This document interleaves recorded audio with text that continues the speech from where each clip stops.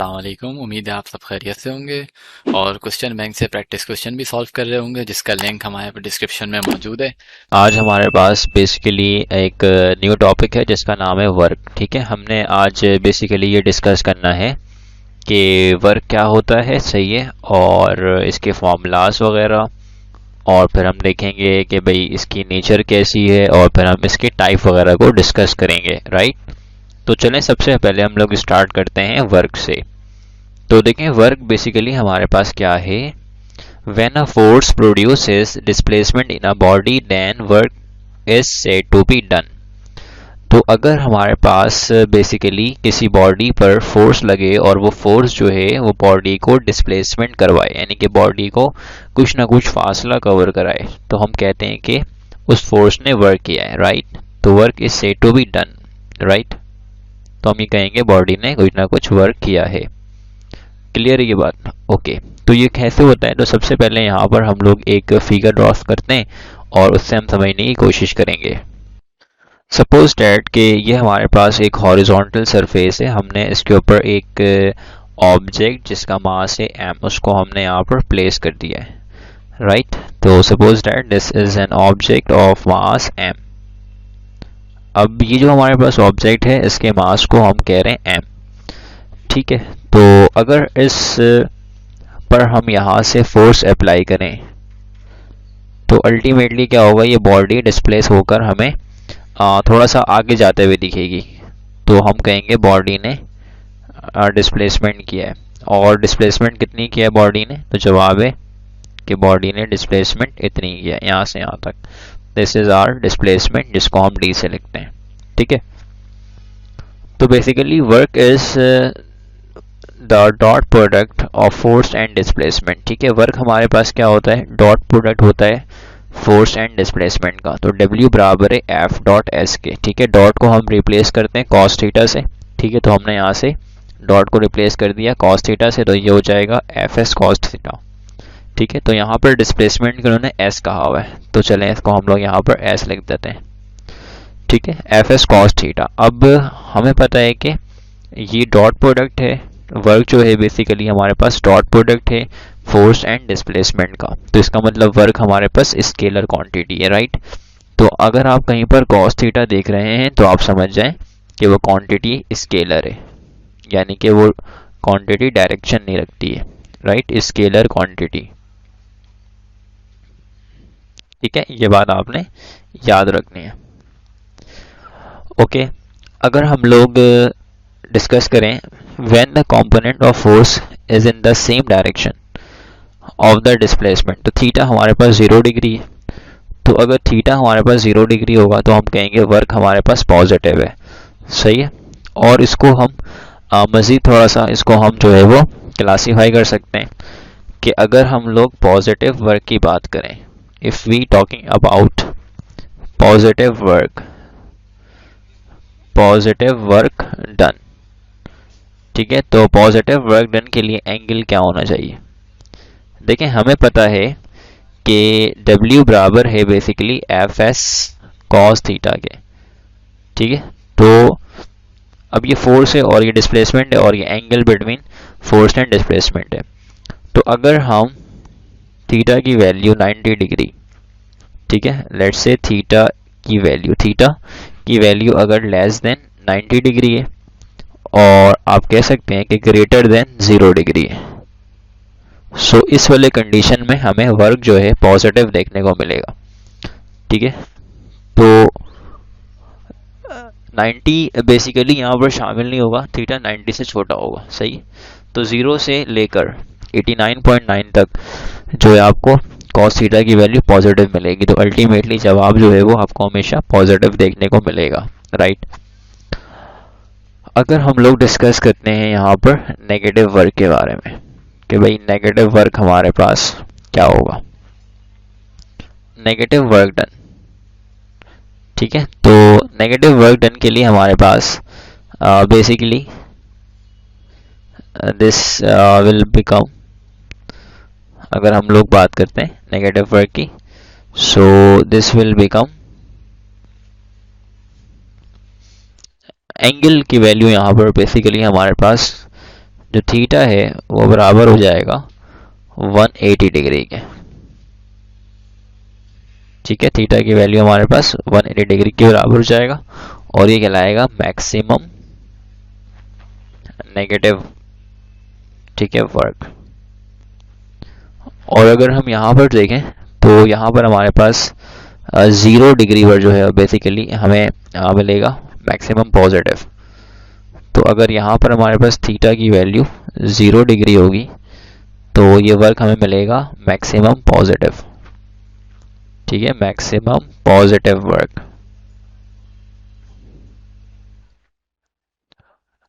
ठीक है, लेकिन ये बात सिर्फ इतनी काफ़ी नहीं है कि नेगेटिव वर्क के लिए एंगल 180 होना चाहिए। तो ऐसे ही बहुत सारे एंगल्स हैं जहाँ पर वर्क हमें मिलता है नेगेटिव, बट एक वैल्यू या एक एंगल ऐसा है जहाँ पर हमें वर्क नेगेटिव में मैक्सिमम मिल रहा होता है। ठीक है, तो और भी हमारे पास एंगल्स होते हैं, लाइक अगर हम थीटा को देखें तो थीटा हमारे पास है 90 डिग्री। ठीक है, 90 degree less than and greater than 180 degree. सही है, तो इन तमाम वैल्यूज़ पर यानी कि थीटा की वैल्यू आप पुट करें 90 से बड़ी और थीटा की वैल्यू आप पुट करें लेस देन 180। ठीक है, लेस देन 180 या इक्वल्स 180, 180 से छोटी हो या 180 के बराबर हो। सही, तो वर्क डन जो है आपको नेगेटिव मिलेगा, राइट, यह आपने याद रखना है। अच्छा, ज़ीरो वर्क हमें देखने को मिलता है फिर, तो ज़ीरो वर्क बेसिकली क्या होता है? So we have zero work. जब हम लोग ज़ीरो वर्क की बात करते हैं तो बेसिकली ज़ीरो वर्क में हमारे पास जो थीटा है वो एग्जैक्ट 90 होता है। ठीक है, क्योंकि हमें पता है cos 90 0 के बराबर होता है, राइट। तो अगर हम यहाँ से एंगल 90 पुट कर देंगे तो W बराबर होता है F into S cos theta के, राइट। तो this will become Fs cos 90 degree. So here Fs को हम ऐसे ही छोड़ देते हैं, cos 90 हमारे पास 0 के बराबर है, सो दिस विल बिकम 0। ठीक है, तो ये हमारे पास बेसिकली 0 आ जाएगी। अब यहाँ पर हमारे पास बेसिकली यूनिट्स होते हैं, ठीक है ना। तो वर्क डन की यूनिट कौन कौन सी होती है, तो इसको हमने यहाँ पर डिस्कस करना है। ठीक है, तो सबसे पहले हम देखते हैं यूनिट ऑफ वर्क। तो चलें हम देखते हैं यूनिट्स ऑफ वर्क, ठीक है, कि वर्क की कौन कौन सी यूनिट्स होती हैं। तो सबसे पहली बात ये कि कुछ कन्वर्जन है और कुछ हमारे पास यहाँ पर यूनिट्स हैं। ठीक है, देखें सबसे पहली बात तो यह है कि 1 joule is work done by a force of 1 newton. ठीक है, in moving a body through a distance 1 metre. अगर हम किसी बॉडी पर 1 न्यूटन फोर्स लगाएं और बॉडी जो है 1 मीटर का फासला कवर कर ले तो हम ये कहते हैं कि भाई हमने 1 जूल जो है बेसिकली वर्क किया है। ठीक है, अच्छा ये कन्वर्जन है, तो इस कन्वर्जन को हम देख लेते हैं। 1 किलोवाट आवर बेसिकली बराबर होता है 3.6 एक्सपोनेंट 6 के। ठीक है, और ये कैसे आई, ये वैल्यू सिंपल है, 1 को ऐसे ही रखें, किलो मीन्स 1000 है, मल्टीप्लाई बाई 1000 और आवर हमारे पास होता है 60 मिनट्स और 60 सेकेंड। तो सिंपल आप 3600 से इसको कर देंगे मल्टीप्लाई, तो आपको ये वैल्यू मिलेगी जूल में। तो ये हमारे पास एक कन्वर्जन आ गई, राइट। फिर हमारे पास है कि 1 इलेक्ट्रॉन वोल्ट बराबर है 1.6 एक्सपोनेंट माइनस 19 जूल के, right. 1 BTU, BTU means British thermal unit, ये बराबर है 1055 जूल के। ठीक है, एंड 1 कैलोरी हमारे पास है 4.2 जूल के बराबर। ठीक है, तो ये तो बेसिकली हमारे पास है कन्वर्जन एक तरह से। अब हम देखते हैं यूनिट्स, वर्क डन की यूनिट कौन कौन सी होती हैं। तो सबसे पहले हम लोग बात करेंगे SI यूनिट के बारे में। ठीक है, SI सिस्टम, SI सिस्टम में वर्क की यूनिट क्या बनती है। तो अगर हमारे पास SI सिस्टम है तो we have unit of work is joule. तो हमारे पास जूल बनती है इसकी यूनिट, जो कि एग्जैक्टली हमारे पास बराबर है न्यूटन डॉट मीटर के। ठीक है, अच्छा अगर हम लोग CGS सिस्टम की बात करें, ठीक है, अगर हमारे पास CGS सिस्टम है तो CGS सिस्टम में बेसिकली हमारे पास यूनिट बनती है डाइन ठीक है, डाइन डॉट सेंटीमीटर, और इसको हम लोग अर्ग भी कहते हैं, ERG अर्ग। ठीक है, अब यहाँ पर हमारे पास एक कन्वर्जन भी होती है कि 1 जूल हमारे पास बेसिकली ये बराबर होता है 10⁻⁷ अर्ग के, राइट। अच्छा, अगर हमारे पास FPS सिस्टम है, FPS, ठीक है, अगर हमारे पास FPS सिस्टम है, सो FPS सिस्टम में यूनिट क्या बनेगी, तो जवाब है LB इंटू FT, ये बनती है वर्क यूनिट। सही, और इसमें भी हमारे पास एक कन्वर्जन है कि 1 FT into LB is equals 1.356 joule. ठीक है, ये हमारे पास बेसिकली कन्वर्जन है। सही, तो हमने यहाँ पर देखा यूनिट्स और कन्वर्जन देखी है। ठीक है, अब हम बात कर लेते हैं वर्क डन। वर्क डन, ठीक है, work done between 2 points, work done between 2 points, दो पॉइंट के दरमियान हमें देखना है work done. Work done between 2 points, तो बेसिकली 2 पॉइंट के दरमियान वर्क डन हम कैसे फाइंड आउट कर सकते हैं, ये हम देखना चाह रहे हैं। सही है, तो सपोज करें कि आपके पास यहाँ पर बेसिकली ये हमारा y एक्सिस है and this one is x axis. ठीक है, ये हमारे पास है position vector, let's say this is our position vector, ये हमारे पास है RA, this is RA, and हमारे पास एक और पोजीशन वेक्टर है, या आप कह रहे हैं डिस्प्लेसमेंट वेक्टर है। ठीक है, इसको हम लिखेंगे RB। सो इस पॉइंट को नाम दे दें आप A का, इस पॉइंट को नाम दे दें आप B का।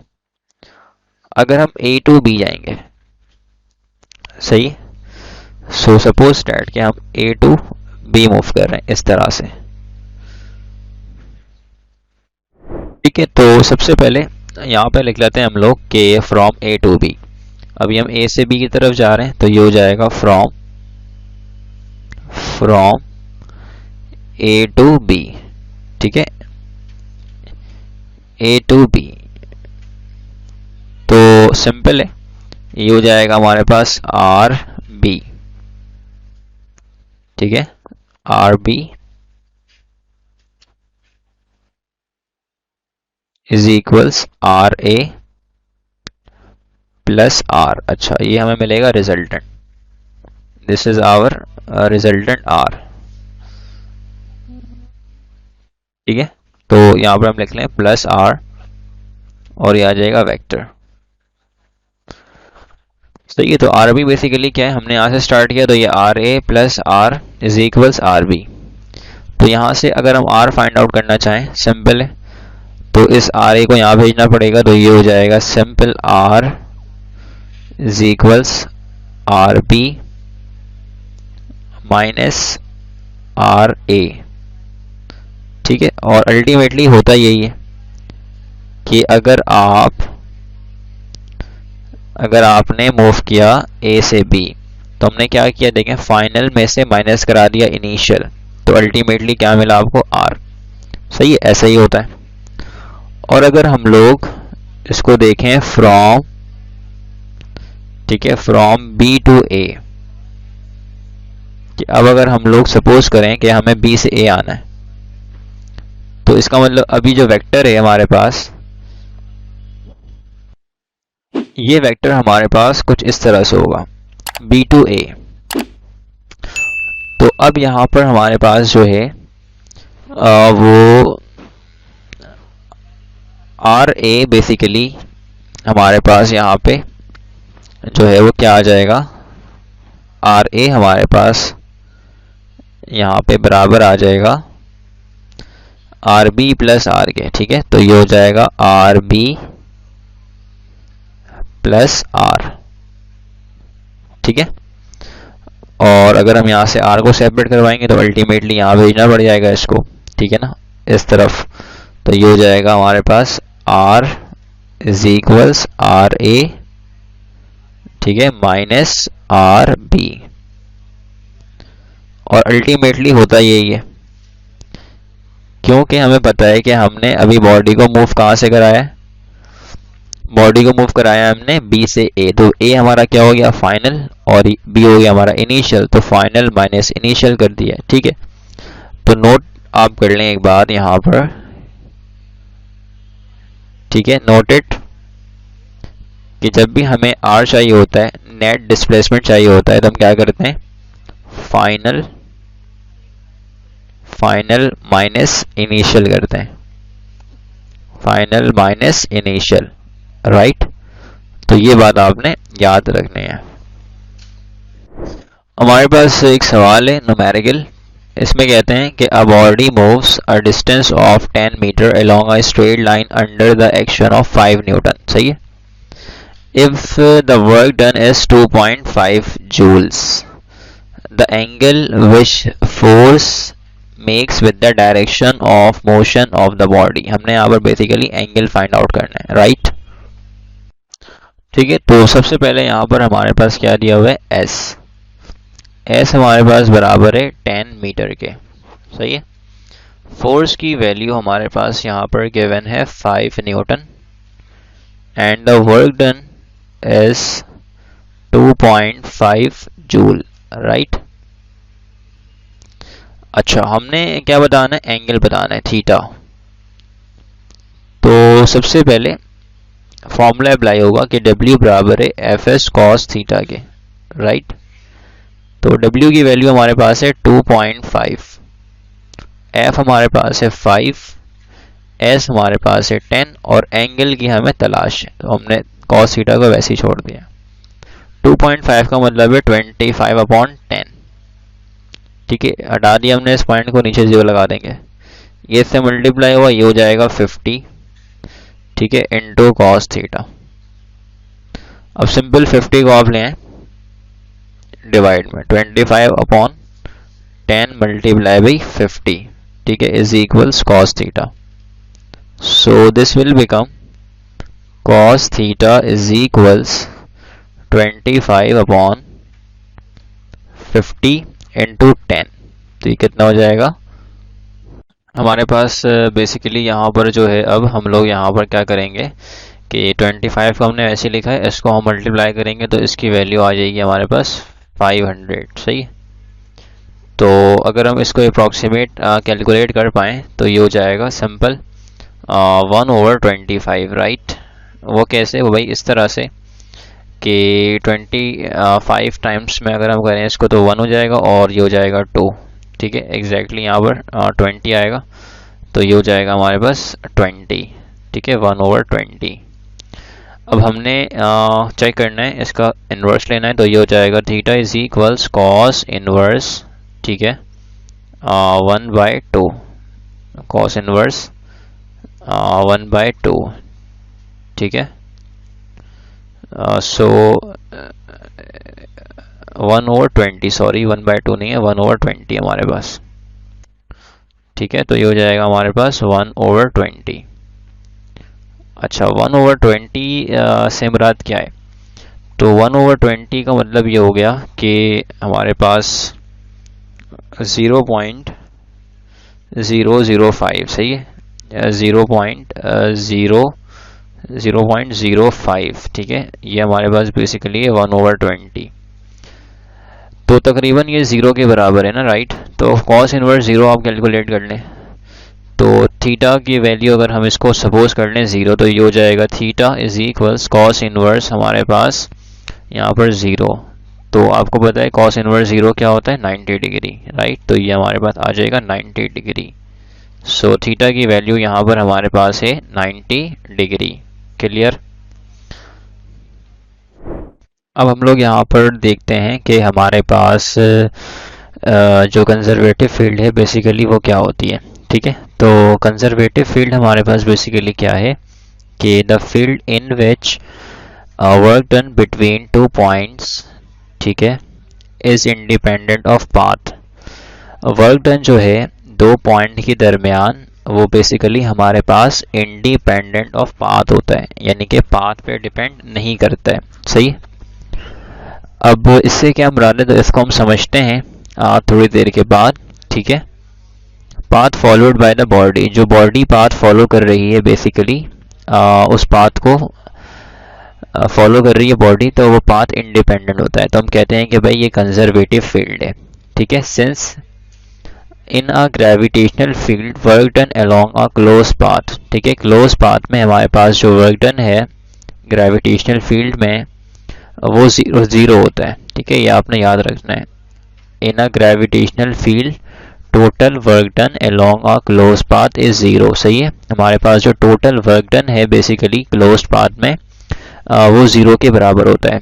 Therefore it is called conservative field, ठीक है।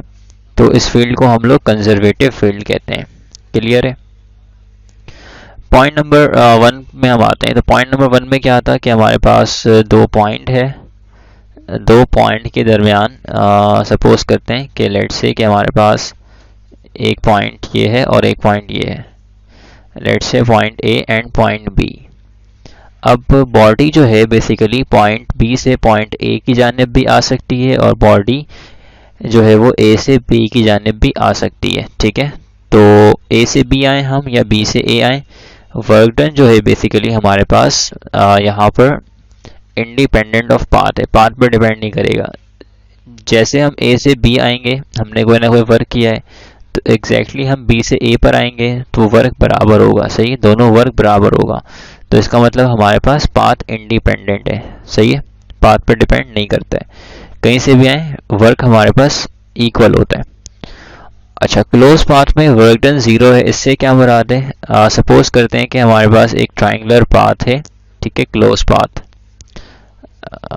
Let's say this is a triangle and we have close path।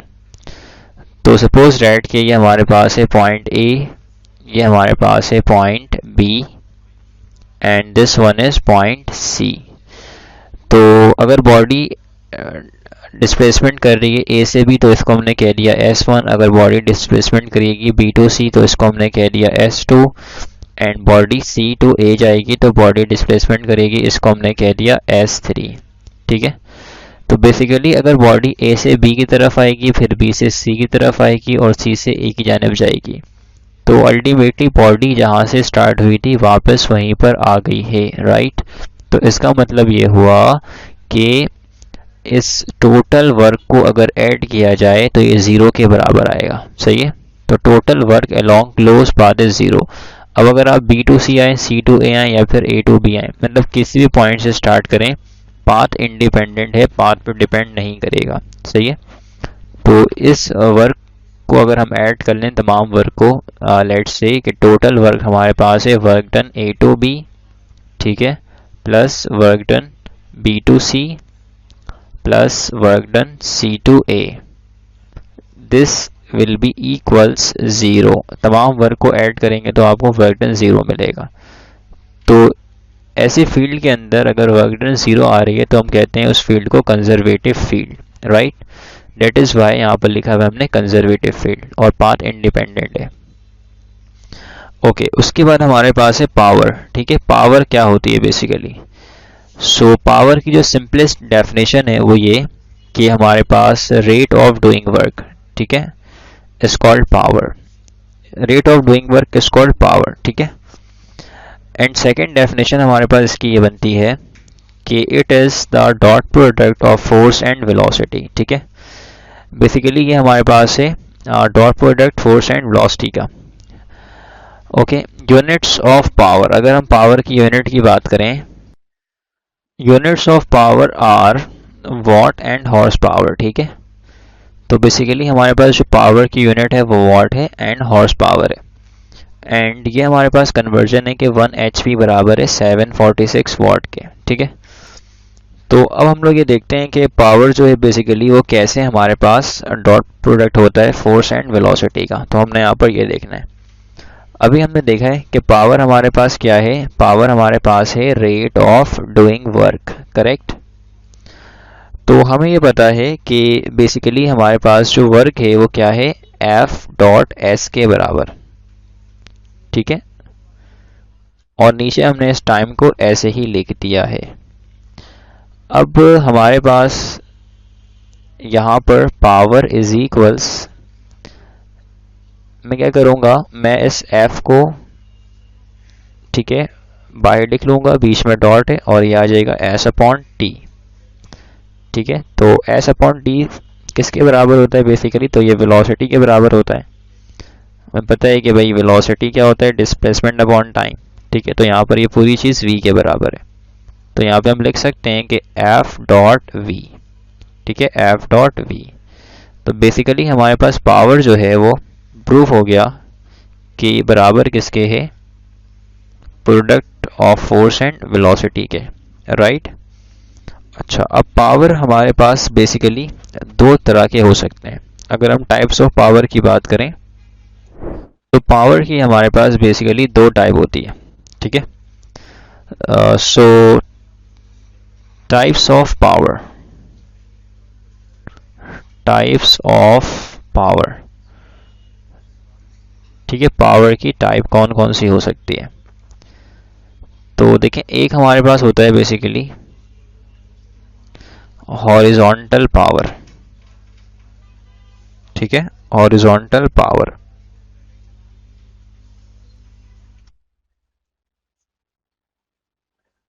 Number one, and number two is vertical power, ठीक है, वर्टिकल पावर। अब ये जो हमारे पास पावर है हॉरिजॉन्टल और वर्टिकल, इसको हम कैसे देखेंगे। तो जब भी हॉरिजॉन्टल पावर की बात होगी तो हमें पता है कि पावर हमारे पास किसके बराबर है, W अपॉन टी के, ठीक है, हॉरिजॉन्टल पावर। तो इसका मतलब ये है कि जो हमारे पास वर्क है यहाँ पर वो काइनेटिक एनर्जी के बराबर है, ठीक है। तो इसको आप रिप्लेस कर देंगे काइनेटिक एनर्जी से ओवर टाइम। और काइनेटिक एनर्जी हमारे पास बेसिकली क्या है, सो बेसिकली ये हमारे पास है हाफ, ठीक है, टी को मैंने पहले ही बाहर निकाल लिया यहाँ से, M V square. So this is the horizontal power, ये हमारे पास हॉरिजॉन्टल पावर है। अच्छा, अगर हम लोग ऐसे ही वर्टिकल पावर की बात करें तो हमारे पास पावर किसके बराबर है, W अपॉन टी के, ठीक है। तो वर्टिकल पावर कैसे लिखी जाएगी, तो वर्टिकल वर्क क्या होता है, वर्टिकल वर्क होता है हमारे पास mgh के बराबर, यानी कि पोटेंशियल एनर्जी के बराबर, ये आप कह सकते हैं। सो डायरेक्टली हम यहाँ पर W की जगह पर mgh पुट कर देते हैं, ठीक है, ओवर t। तो this will B vertical power, ये हमारे पास वर्टिकल पावर कहलाएगी, सही है। वर्टिकल पावर में बेसिकली हमारे पास वर्टिकल वर्क होता है एंड हॉरिजॉन्टल पावर में हमारे पास हॉरिजॉन्टल वर्क होता है, ठीक है। तो ये बेसिकली हॉरिजॉन्टल वर्क है जिससे हॉरिजॉन्टल पावर बनती है, और ये हमारे पास है वर्टिकल वर्क जिससे हमारे पास वर्टिकल पावर बनती है, राइट। अब हमारे पास है कुछ यूनिट्स जो कि हमने पहले भी देखा है और अभी फिर से हम देखते हैं। कुछ मुख्तलिफ हमारे पास यूनिट्स हैं, तो चले आए हम लोग बात करते हैं उन यूनिट्स के बारे में। तो अगर हम लोग बेसिकली यूनिट्स की बात करें, so we have unit of power, ठीक है, पावर की यूनिट, यूनिट ऑफ पावर, ठीक है। सो दिस विल बिकम, अगर हम लोग SI सिस्टम या फिर MKS सिस्टम की बात करें तो SI सिस्टम में हमारे पास, ये इसको आप कह सकते हैं MKS सिस्टम। तो इस सिस्टम में हमारे पास बेसिकली जो पावर है इसकी यूनिट क्या बनेगी, तो जवाब है जूल पर सेकेंड, ठीक है। और ये बराबर होता है हमारे पास बेसिकली वॉट के, ठीक है। सो 1 किलोवाट बेसिकली हमारे पास किसके बराबर होगा अगर हम इसको लेके चलें, तो for example 1 kilowatt, so 1 kilowatt से मुराद है हमारे पास 1000 वाट। ठीक है, किलो को हमने यहाँ से रिप्लेस किया 1000 से, सिंपल। अच्छा, ये हो गई बात SI की। अगर हम लोग बात करते हैं FPS सिस्टम की, if we have FPS system, ठीक है, अगर हमारे पास FPS सिस्टम मौजूद है और हम लोग FPS सिस्टम को डील कर रहे हैं, सो FPS सिस्टम में हमारे पास जो यूनिट बनती है वो है LB डॉट FT पर सेकेंड। ठीक है, जो कि बराबर होता है हमारे पास FT LB पर सेकेंड के। ठीक है, ओके। अगर हम इसकी दूसरी यूनिट्स की बात करें, अदर यूनिट्स, सो अगर हम इसके अदर यूनिट की बात करें तो अदर यूनिट हमारे पास कौन कौन सी हो सकती हैं? तो सबसे पहले पास हमारे पास है BE, तो बेसिकली हमारे पास है ब्रिटिश इंजीनियरिंग, इसकी फुल फॉर्म है ब्रिटिश इंजीनियरिंग। ठीक है, ब्रिटिश इंजीनियरिंग। ठीक है, तो पावर इज मेजर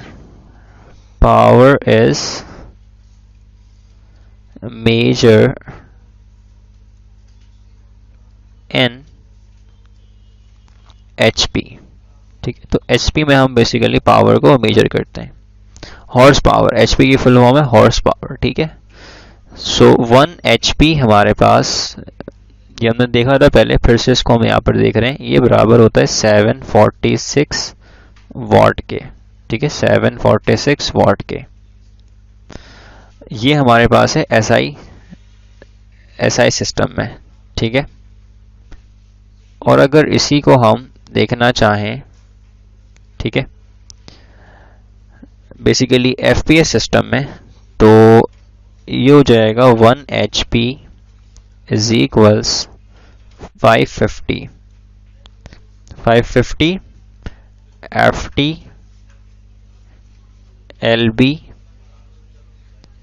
पर सेकेंड। ठीक है, और ये हमारे पास जाहिर बात है, ये हमारे पास है FPS सिस्टम। ठीक है, तो यहाँ पर हमने बेसिकली देखा कि किस तरीके से हम लोग जो है यहाँ पर बेसिकली यूनिट ऑफ पावर को हम देखते हैं और उसकी डिफरेंट यूनिट क्या होती है। अच्छा, प्रैक्टिकल यूनिट ऑफ एनर्जी की बात करते हैं। सही है, कि प्रैक्टिकल यूनिट ऑफ एनर्जी को हम कैसे देखेंगे। सो practical unit of energy, practical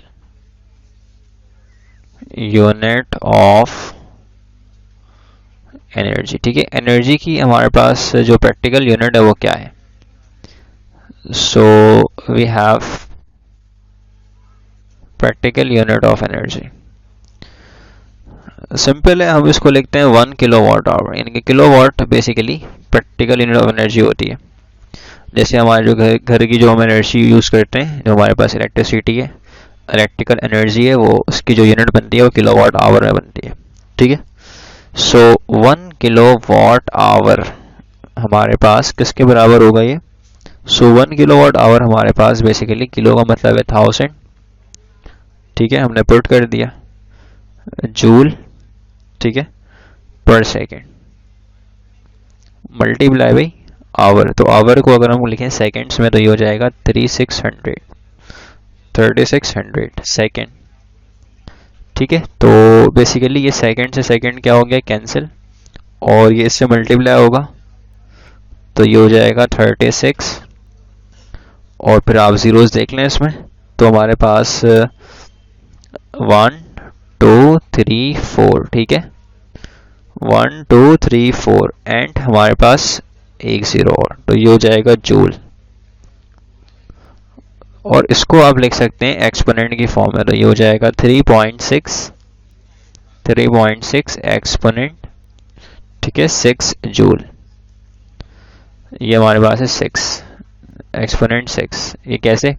तो 1 2 3 4 5 6, ठीक है। तो दिस इज 3.6 एक्सपोनेंट 6, ठीक है। तो ये हमारे पास है प्रैक्टिकल यूनिट ऑफ एनर्जी। हमारे पास बेसिकली ये बराबर है 1 किलो वाट आवर के। तो ये डायरेक्टली आप याद रख लीजिए, या इसको आप अगर चाहें तो इस तरह से फाइंड आउट भी कर सकते हैं, लेकिन इसको आप डायरेक्ट याद रखें, ये ज़्यादा बेहतर है, बजाय ये कि आप इसको जो है ना वो मालूम करने बैठ जाएं। तो इतना टाइम होता नहीं है आमतौर पे, तो इसीलिए फिर प्रॉब्लम होगी आपको, तो लिहाजा डायरेक्टली याद रखा जाए इसको। हमारे पास एक क्वेश्चन है जिसमें कहते हैं कि अ force of 10 Newton is required, ठीक है।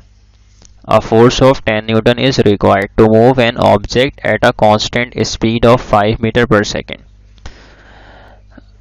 The power used is, तो हमें पता है कि पावर बेसिकली किसके बराबर है? F डॉट V के बराबर है, राइट। ये पावर का फॉर्मूला है, और पावर भी स्केलर क्वांटिटी है, ज़ाहिर डॉट आ रहा है, पहले ही बता दिया मैंने आपको। जिस क्वांटिटी में आप देखें किसी दो क्वांटिटी के बीच में डॉट देखें तो अल्टीमेटली जो उससे रिजल्ट मिलेगा वो एक स्केलर क्वांटिटी होगी। क्लियर है ये बात? तो सबसे पहले अगर हम लोग यहाँ पर गौर करें तो इसको हम लिख सकते हैं एफ वी कॉस थीटा, ठीक है, एफ वी कॉस थीटा। अगर एंगल की बात नहीं हो रही है तो एंगल को आप अज्यूम करेंगे 0 डिग्री, थीटा इज 0 डिग्री, क्योंकि एफ एंड वी आपस में होते हैं पैरेलल, ठीक है। फोर्स की वैल्यू हमारे पास दी हुई है 10, तो यहाँ पुट कर दें आप जस्ट 10, और वेलोसिटी हमारे पास कितनी दी हुई है 5, ठीक है, एंड कॉस 0 डिग्री, ठीक है। कॉस 0 हमारे पास होता है 1 के बराबर, तो ये हो जाएगा 50 इंटू 1, ठीक है।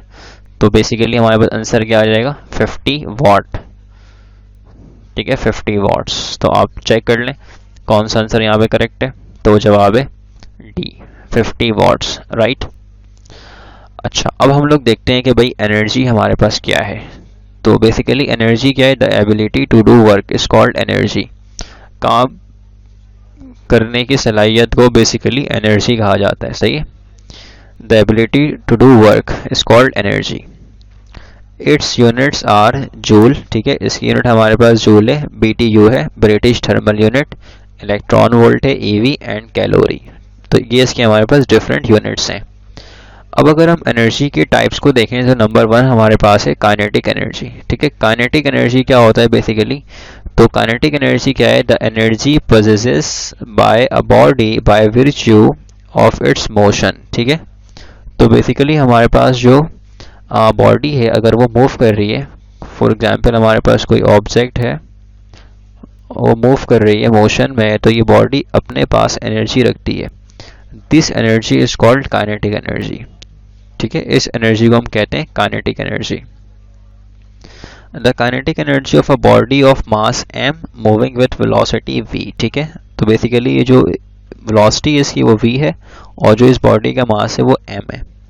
तो हमारे पास जो फॉर्मूला आएगा काइनेटिक एनर्जी का वो आएगा हाफ mv², ठीक है। इस फॉर्मूले को आपने याद रखना है, this is very important formula, और इसको आगे हम इस्तेमाल भी करेंगे। SI unit of kinetic energy is joule. Joule की हमारे पास जो है वो SI यूनिट बनती है काइनेटिक एनर्जी की। And the relation between kinetic energy and momentum is, ठीक है, ये रिलेशन हमारे पास है। अच्छा, मैं आपको बता दूंगा कि ये रिलेशन बेसिकली आई कहाँ से, ठीक है, ताकि आप इसको अगर भूल जाएं तो आप इसको खुद ड्राइव भी कर सकते हैं, और अगर आप याद रख लें डायरेक्टली तो फिर तो बहुत अच्छी बात है। लेकिन मैं इसको डिस्कस कर लेता हूँ अभी कि ये रिलेशन बनती कैसे। तो चले आए देखते हैं हम लोग relation between kinetic energy and momentum, right. तो सबसे पहले यहाँ पर हम देखना चाह रहे हैं रिलेशन, ठीक है, relation between kinetic energy and momentum. Momentum and kinetic energy के दरमियान रिलेशन कैसा है हमने ये बेसिकली देखना है। स्मॉल p से लिखते हैं, पावर को लिखते हैं कैपिटल P से, तो थोड़ा सा ये आपने इसको फर्क करना होगा, ठीक है, और मोमेंटम को लिखते हैं स्मॉल p से। देखें हमें पता है कि काइनेटिक एनर्जी किसके बराबर है, तो काइनेटिक एनर्जी हमारे पास बराबर है हाफ mv² के, ठीक है। अब अगर हम लोग यहाँ पर बोथ साइड मल्टीप्लाई कर दें m से, ठीक है, multiplying by m on both sides, दोनों साइड्स पर हमने क्या करना है, m से मल्टीप्लाई करना है। तो ये हो जाएगा m multiply by kinetic energy, ठीक है, इज इक्वल्स, ये हो जाएगा हमारे पास half m v square and multiply by m, ठीक है। सो इसको हम यहाँ पर लिखेंगे हाफ, अभी m इस m से मल्टीप्लाई होगा, ये बनेगा m square into V square, ठीक है। तो इसको हम लिख सकते हैं half m v whole square, ठीक है। दोनों पर स्क्वायर था तो हमने क्या किया, होल स्क्वायर लिख दिया, राइट।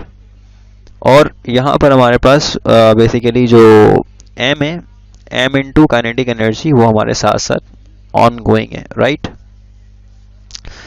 हमें पता है कि मोमेंटम क्या होता है, तो मोमेंटम हमारे पास स्मॉल p, ये बराबर होता है mv के, product of mass and velocity is called momentum, ठीक है।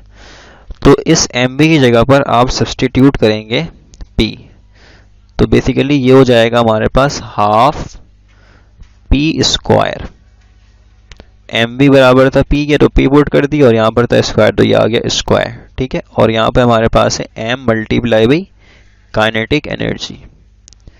अब इस m को आप भेजें डिवाइड में, तो हमारे पास बेसिकली ये हो जाएगा काइनेटिक एनर्जी इज इक्वल्स, इस m को मल्टीप्लाई से हमें भेजना है डिवाइड में, तो ये हो जाएगा p स्क्वायर अपॉन 2m। तो ये हमारे पास रिलेशन आ गई काइनेटिक एनर्जी एंड मोमेंटम के दरमियान, सही है। तो आप देख लें ये चीज़ लिखी हुई है direct, half p square into m, सही है। ये इंटू m नहीं है, बेसिकली यहाँ पर डिवाइड है, ठीक है। p स्क्वायर बेसिकली ये हमारे पास half p square divide by m, m नीचे लिखा हुआ है, डिनोमिनेटर में लिखा हुआ है, सही है। तो ये आपने थोड़ा सा ख्याल करना होगा, यहाँ पर ये मिसप्रिंट हो गई थी तो मैंने आपको ये ठीक करवा दिया, ठीक है, p स्क्वायर अपॉन 2m। अब यहाँ से हम क्या देख सकते हैं, तो हम यहाँ से ये देख सकते हैं भाई कि हमारे पास जो काइनेटिक एनर्जी है ये हमारे पास बेसिकली प्रोपोर्शनल है p स्क्वायर के, राइट। एक रिलेशन यहाँ से हम ये देख सकते हैं, और हम ये कह सकते हैं कि हमारे पास under root kinetic energy proportional है p के, सही है। तो ये दोनों रिलेशंस बेसिकली बहुत ज़्यादा इस्तेमाल होती हैं, मतलब आप सिंपल अगर ये याद रख लेना तो आप जो है वो डायरेक्टली आप ये खुद भी लिख सकते हैं, कोई इश्यू वाली बात थोड़ी है इसमें, ठीक है। तो बेसिकली आपने याद रखना है रिलेशन, राइट। हमारे पास एक क्वेश्चन है, इस क्वेश्चन में कहते हैं कि if the kinetic energy of an object is 16 joule, ठीक है, ये हमारे पास गिवन है काइनेटिक एनर्जी ऑब्जेक्ट की, when its speed is 4 metre per second, ये हमारे पास गिवन है speed. Then the mass of the object is, हमने कैलकुलेट करना है मास, तो बेसिकली यहाँ पर गिवन क्या है हमारे पास, so we have kinetic energy is equals 16 joules, right, and we have speed 4 metres per second and we have to find out mass of the object, हमें बेसिकली मास जो है बेसिकली फाइंड आउट करना है। सो हमें पता है कि kinetic energy हमारे पास बराबर है half mv square, right. So kinetic energy की वैल्यू हमारे पास यहाँ पर गिवन है 16 and this one is half, mass हमने फाइंड आउट करनी है, इसको आप ऐसे ही छोड़ दें, वेलोसिटी हमारे पास है 4, तो ये हो जाएगा स्क्वायर। अब देखें यहाँ पर 16 है और यहाँ पे 4 का स्क्वायर है, तो इसका मतलब 4 का स्क्वायर क्या है 16, तो अल्टीमेटली ये चीज़ पूरी क्या हो गई कैंसिल, और 2 यहाँ पे आ जाएगा, तो ये हो जाएगा m इज इक्वल्स 2 kg। तो हमारे पास जो मास है वो क्या आ रहा है 2 kg आ रहा है। So here option B is correct, clear है। अच्छा, फिर एक क्वेश्चन है, कहते हैं two bodies of masses 1 kg and 2 kg। हमारे पास दो बॉडीज हैं जिनके मासेस हैं 1 kg एंड 2 kg। कहते हैं हैव इक्वल मोमेंटम। अच्छा, ये स्टेटमेंट बहुत ज़्यादा इंपॉर्टेंट है। दोनों की मोमेंटम हमारे पास इक्वल है। कहते हैं the ratio of their kinetic energies, इन दोनों की और हमारे पास काइनेटिक एनर्जी की रेशियोज क्या होगी, बेसिकली हमने ये बताना है। क्लियर है? तो सबसे पहले हमारे पास रिलेशन क्या था, मोमेंटम एंड काइनेटिक एनर्जी का, अभी देखा है हमने। सो ये हमारे पास बराबर है काइनेटिक एनर्जी p²/2m। सही है। अब उन्होंने हमें एक बात पर क्या कर दिया, रिस्ट्रिक्टेड कर दिया, पाबंदी लगा दी है कि मोमेंटम इक्वल है। इसका मतलब p चेंज नहीं हो रहा। अगर p चेंज नहीं हो रहा तो सिंपल हमारे पास ये जो m है, ये m काइनेटिक एनर्जी के साथ हमारे पास क्या है, इनवर्स रिलेशन में। So here p²/2 is constant, ये हमारे पास कांस्टेंट है और ये आ गया 1/m। तो काइनेटिक एनर्जी के साथ जो ताल्लुक है मास का वो इनवर्स है। तो यहाँ से हम देख सकते हैं kinetic energy is inversely proportional to m। तो इस बात से यहाँ पर एक चीज़ हम लिख सकते हैं कि kinetic energy of object 1 divided by kinetic energy of object 2 is equals, ऊपर आ जाएगा m2 और नीचे आ जाएगा m1, क्योंकि रिलेशन इनवर्स है। तो यहाँ पे 1 तो फिर हमने यहाँ 1 लिखा हुआ है, और यहाँ पे 2 तो हमने यहाँ पे 2 लिखा हुआ है। क्लियर है? सो m2 हमारे पास क्या है, 2 kg, तो ये हो जाएगा 2, और m1 हमारे पास कितना है, 1। तो जवाब क्या आ रहा है, सिंपल 2, ठीक है, रेशो 1, जो कि b है। तो b is the correct answer, 2:1। तो हमने बेसिकली इनकी काइनेटिक एनर्जीज की रेशियोज फाइंड आउट करी है। सही है। हमारे पास यहाँ पर एक क्वेश्चन है जिसमें कहते हैं कि if the momentum of a moving body increase by 20%। ठीक है, एक हमारे पास मूविंग बॉडी है, उसकी जो मोमेंटम है बेसिकली उसको हमने इंक्रीज कर दिया कितना, 20%। Then kinetic energy increases by, तो काइनेटिक एनर्जी कितनी बढ़ेगी हमने ये बताना है। तो इसके लिए हमारे पास शॉर्टकट क्या होगा, सो शॉर्टकट फॉर्मूला हमारे पास इसका ये है